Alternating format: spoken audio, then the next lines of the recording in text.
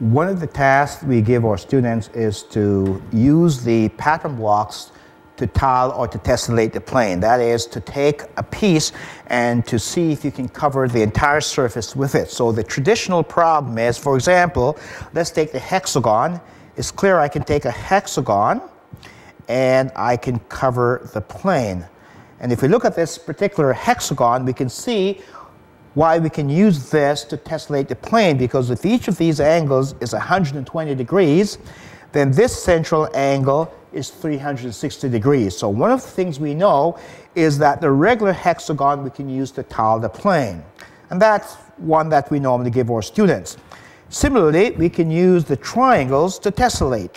Again, if we look at the triangle, each of these angles is 60 degrees, an equilateral triangle. So 6 of them will sit at the vertex, which shows that the angle at the vertex is 360 degrees. So the equilateral triangle will tessellate a plane.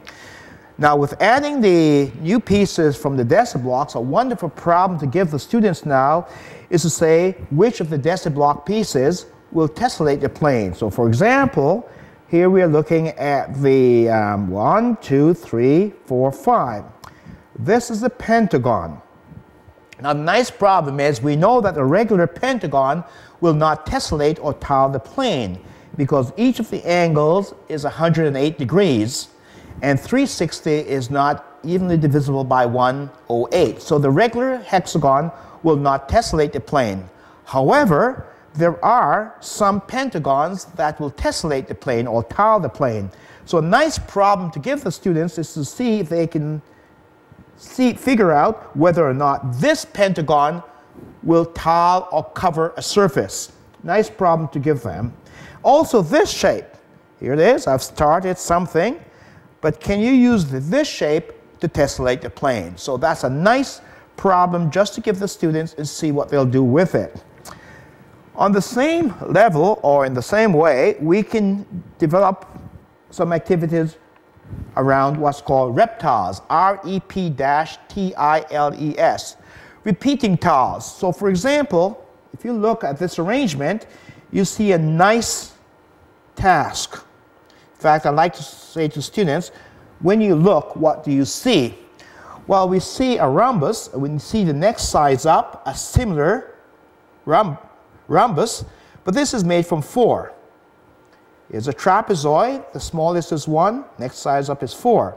Now here's a new piece from the Deci-Block set. 1. The next size up is 4. Well, we know the square. The next size is 4. In fact, this is called a rep 4.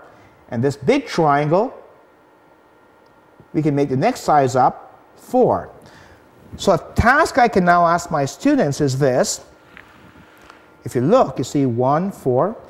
So if you keep on enlarging it, how many do you think will be in the third stage? So 1, 4. So how many do you think will be needed to make an enlargement of this? So let's see. I can take my triangles and start. 1, 2, 3, 4, 5, 6, 7, 8, 9. So I wonder if that pattern will be retained for each of the others. So do you think there'll be 9 squares here? 9, 9, 9. And so is the pattern 1, 4, 9, 16, 25, and 36. So again, it's a wonderful task to give the students. Now, I can extend it by saying, do you think you can make an enlargement of this one? A similar shape involving 4. What about this one? So one can just give them a lot of open-ended tasks to see if they can use this as the basis and begin to extrapolate from that.